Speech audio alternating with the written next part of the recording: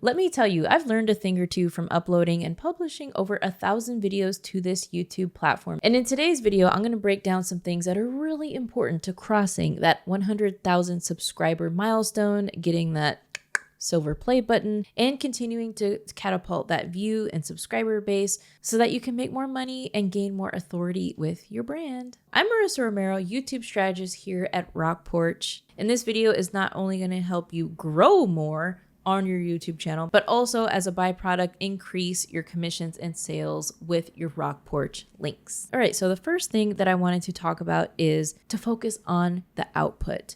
And what I mean by this is there's only so many things analytically that you can control with your YouTube videos. But if you just focus on like, hey, I need to put out my next 50 videos, then that is a mindset that you have to adopt. Because right now, let's say you have 100 videos on your YouTube channel, on your back catalog, right? And you've put your blood, sweat, and tears into that. So the mindset that I always have is like, okay, how am I going to get out my next 50 videos as fast as possible?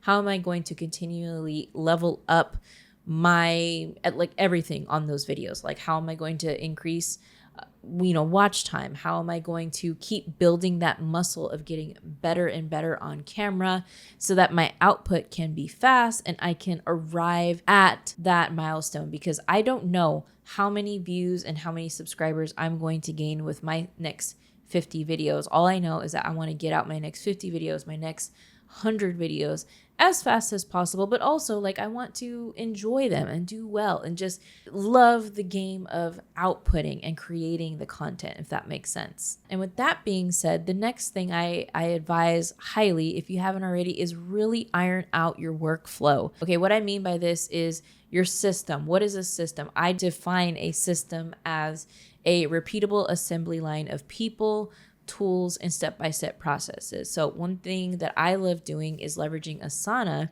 to map out my process. So you can use Notion, you can use whatever tool you want, ClickUp, Monday.com, it doesn't matter. But I love Asana because it's free, very user-friendly, easy to set up. So what I do is I create a board view in a project of every single step that I have. So the ideation, right? So I have my pillars set up and the ideation of different video topics in there. Once I have a solidified thumbnail and title concept, then I move that into scripting. Then that goes into filming. And then that goes then into a briefing. If you have a YouTube video editor, then I have a column where like, okay, I brief the editor on what I want specifically in that video. And then there's a column and process for editing, in review, publication, etc. But the beautiful thing about Asana is that everything is housed and centralized in one place. And if you have a graphic designer, if you have a video editor, if you have a person managing your channel, they all need to speak to each other, essentially. They all need to understand what video projects are where, what their tasks are, when the due dates of these are, what the master calendar is of the YouTube channel. Because if not, things fall through the cracks quickly. Okay. And I say this is so important because not only is this going to save you time, this is going to give you more bandwidth, more energy, and also make sure that your team is doing the job that they are assigned. They know when they need to have the first version of this task edited by so that you have enough time to revise, see the video, etc., etc. The next thing to really level up is to start split testing your thumbnails. Now, YouTube allows up to 3 different variations of thumbnails for you to split test. And if you are getting at least 400 to 500 views on your videos, you definitely need to start split testing. And YouTube advises it. Okay, so what I recommend is split testing things based on the copy and also the color. So if you're split testing different colors like red, blue, and green, which that's kind of a crazy color palette, but you get what I mean. You're going to split test that one thing, right? And if you're split testing copy, you want to have one look of one thumbnail. So all around, like it's a red thumbnail, but then you're going to split test the copy, right? So what the text that's on there, because if you start split testing a bunch of things and completely different looks of each thumbnail, then you're not going to know exactly what worked for what thumbnail. Like, why did YouTube like this one? Was it the copy?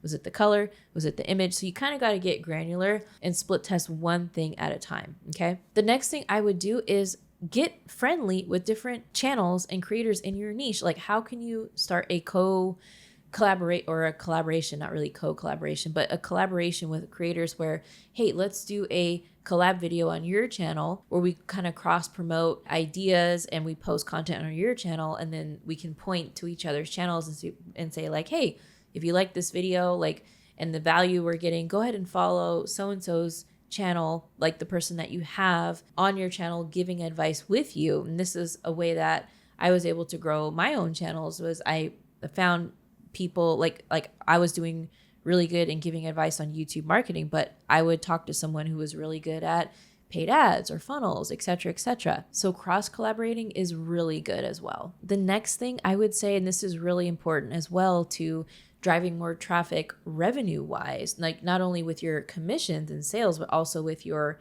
AdSense and revenue, is always evaluating your intros. Okay, your intros are everything. Okay, so yes, titles and thumbnails, but also intros. Like, how can you constantly be analyzing which intros received higher retention? A really, really healthy retention rate in that first minute of your analytics is 60%. So if you have a video where like you retained over 60% of people, maybe it's an outlier video and it got 4x, 5x more views than most of the public videos on your channel, you want to study that video and say, hey, what's going on here? Like, why did this introduction work? Was it the B-roll I used? Was it the hook? What was it? And that is how you constantly get better in reverse engineering the intros so that you can get better and get more creative and add more fun things and effects and maybe pattern interrupts in the intro to hold retention, okay? Because a lot of RockPorch YouTube creators that I've talked to, they have things in the intro that shouldn't be in there, like long rants about, oh, subscribe to my podcast, and oh, by the way, download this, or a long intro that's like taking up space. Like, you know how when a video snaps to or cuts to an intro of like, oh, we're blah, blah, owners of this channel, and we make videos on this, that's cut that out. That's taking up precious time in the intro, and it shouldn't be there. So any curated intros that you have in the intro, just take them out, okay? All right, if you love this video, I definitely advise checking out the video coming up next where I talk about